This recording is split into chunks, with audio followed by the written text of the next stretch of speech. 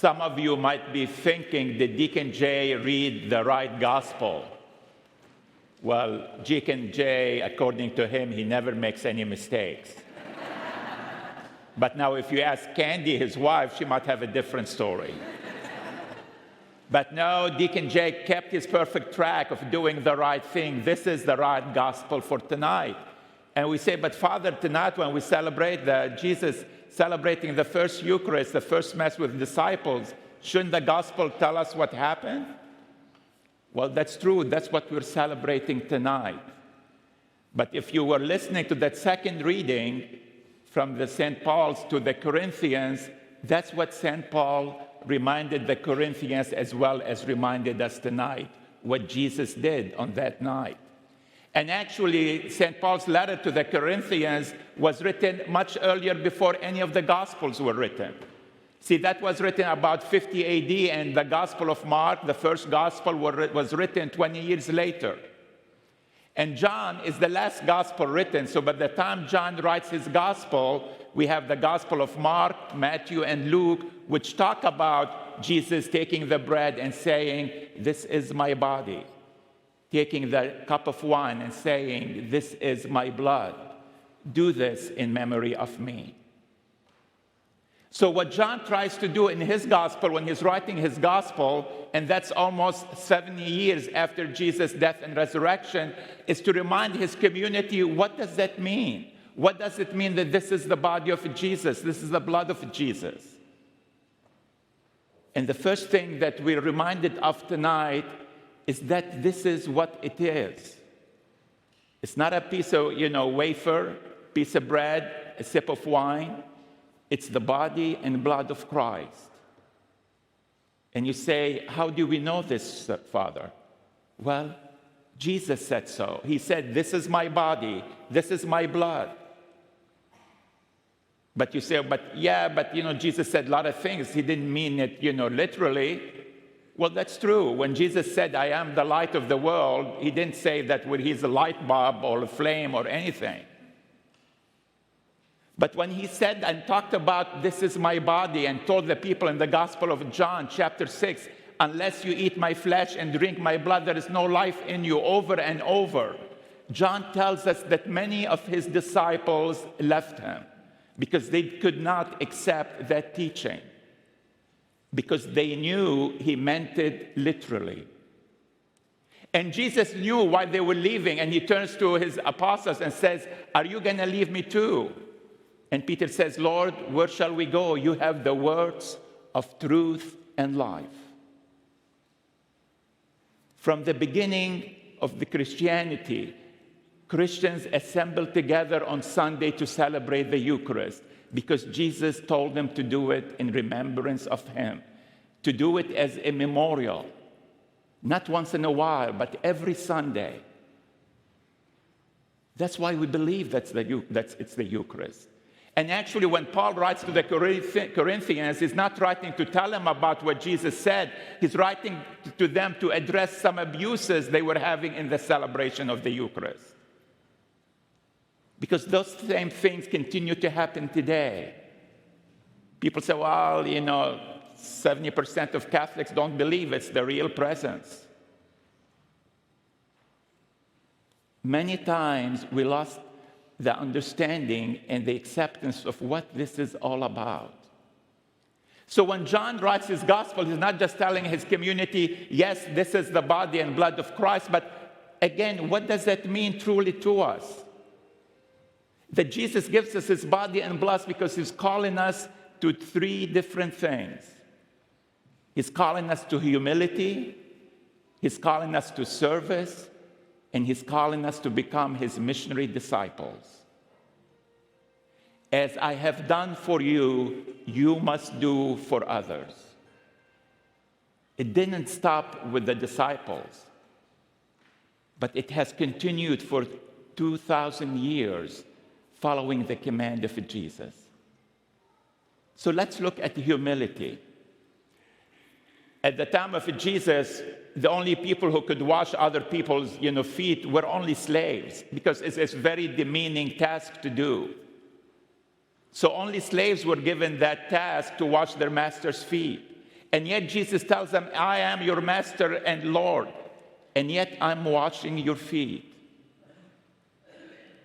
Receiving the Eucharist is given to us so we become more humble.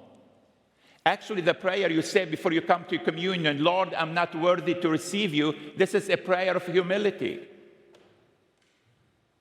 A lot of times people say, Father, I don't go to communion, I didn't deserve it, I lied the day before or whatever. Well, I have news for you. None of us deserves to receive the body and blood of Christ. It's not because we're good, we proved ourselves. It's because Jesus offers us his love unconditionally. As sinners. If we're perfect, well, that's great. I mean, Jesus gives us his blood, we're perfect. No, we're not. And yet Jesus died for each one of us on the cross. That's the humility that Jesus wants us to remember when we come to receive his body and blood. The humility of realizing that I need to receive Jesus. I can't get myself to heaven on my own. Christianity is not a self-improvement type of, religion. Okay, well, this is the book. Go and you can do it on your own. We cannot get to heaven without Jesus. And that takes humility on our part to admit that we need somebody else, and this someone is God. That's what Jesus is reminding us of.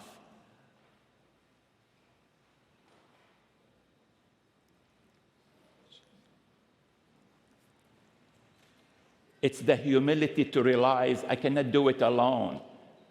If I want to get to heaven, I need Jesus' help. Service. We come to receive the Eucharist so we can become like Jesus. See, that's the transformation that the Eucharist will enable us to do. In our journey in this world, we're called to become more and more like Christ, to become people of love, who are willing to share of ourselves with others through our service. Our service, not just, to our parish community, but our service to the whole world. When we go out in the world, do people recognize us as disciples of Jesus Christ? Do they see in us something different than everyone else? Whether we're lawyers, we're teachers, we're paramedics, we're doctors, whether, whatever it is that we are, do people recognize us that what we do it out of love and out of care for others? That's the service that we're called to. And that service, to learn how we become servants in like Jesus, starts in our parish. Start in the different ministries that we have and invite you to participate in. But it's not service like the word tells us, we can do it on your own time when you feel like it. It's a service that takes commitment, takes sacrifice. That's how Jesus served us. It wasn't about him washing the feet of his disciples. It's what he did the next day, dying on the cross for them. And when we die to ourselves, to our selfishness, then that's how we wash the feet of one another.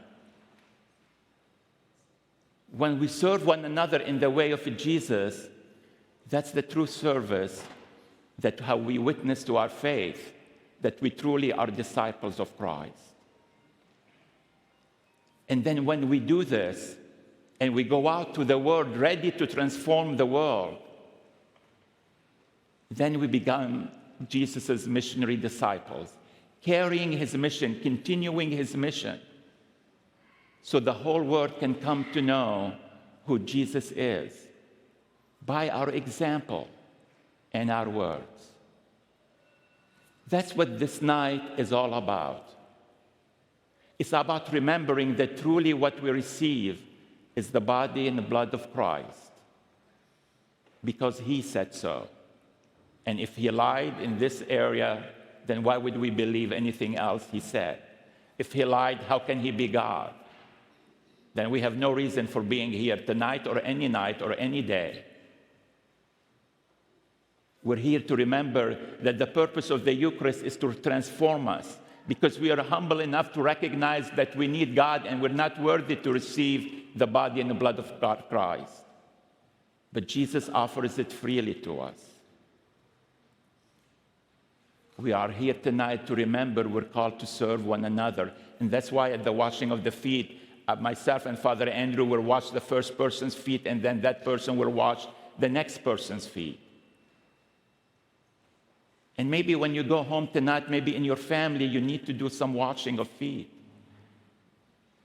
Maybe you need to forgive someone who's hurt you, to say, I'm sorry to someone.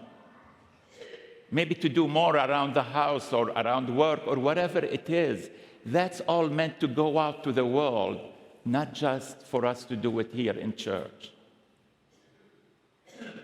And then we become servants when we're offering our time, talent, and treasure freely to the Lord, so we can continue to proclaim to the world the good news that we are disciples of Jesus Christ, who is our saving Lord.